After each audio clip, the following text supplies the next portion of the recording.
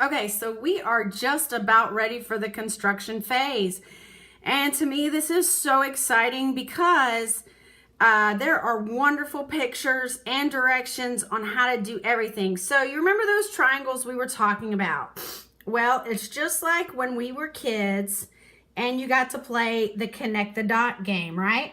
So as you can see, you can almost kind of get an idea of what your dress is going to look like. Okay, so what I've done here is I have actually decided to take all the pieces for the top part of the dress and lay them out for you so that you can actually kind of get a better idea of what it all looks like and how it's laid out. So the real important thing that we want to do here is we want to make sure that all the fairies are actually flying upward instead of being upside down. So we've got that for 14, we've got that for 12, and then we've got it for 13, which is really going to be the confusing part, as you can see. Now, the directions actually start out with putting number 12 and number 14 together. The pattern facing itself, what does that mean? Okay, you've got the pretty side, and you've got the plain side because it's not as bright, because they're only going to print the actual dress piece on one side of the part. So what we're going to do is, you remember those triangles, we're going to lay this down flat right in front of me. I've got the pretty side up, or the face of the fabric.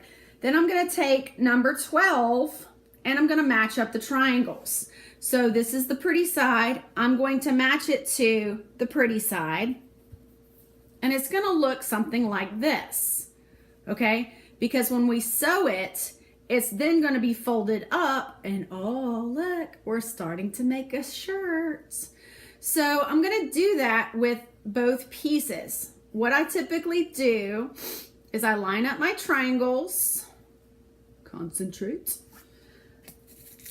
I grab a pin, and what you want to do is you want to put the pin in the same way so that when the sewing machine goes over the pin like this, it's just going to step over the pin with hope.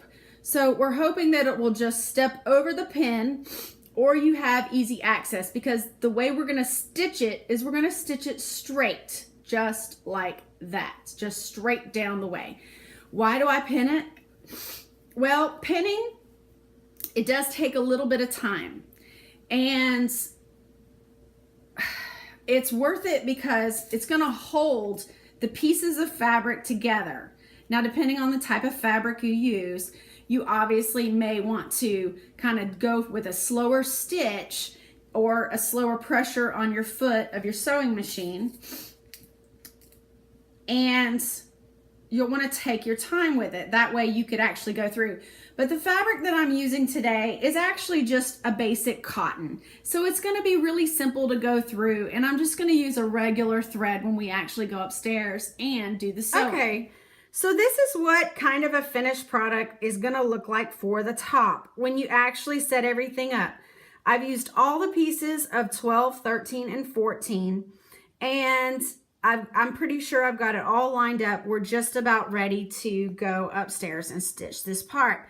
Now, what do we do with our pieces of tracing paper? Okay, it's important that you put this all back inside the envelope once you're done using those pieces. You don't want to lose them. What if you want to make a dress, you know, the same way, but maybe just a little bit different? Or what if you mess up and you have to recut the pieces? You want to make sure that you save everything that's worth saving. And so what I'm going to do now is I'm going to fold up those tracing pieces, and I'm going to put them back in my envelope. And then I'm also going to grab the bottom part of the skirt. Okay, so a little bit about sewing machines and whatnot. I have a Husqvarna Emerald 116. I just really like it. It's a standard sewing machine for me. So I'm going to show you about some of the settings. I've got it set on stitch number 1, which is just a straight stitch. And then right now I've got it set really, really fine so that the stitches will be very close together. Now, most sewing machines have a manual, or they have like a little setting indicator.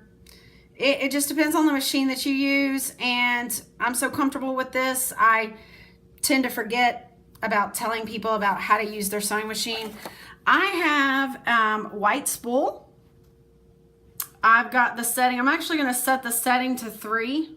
So that's just how tight the thread is held.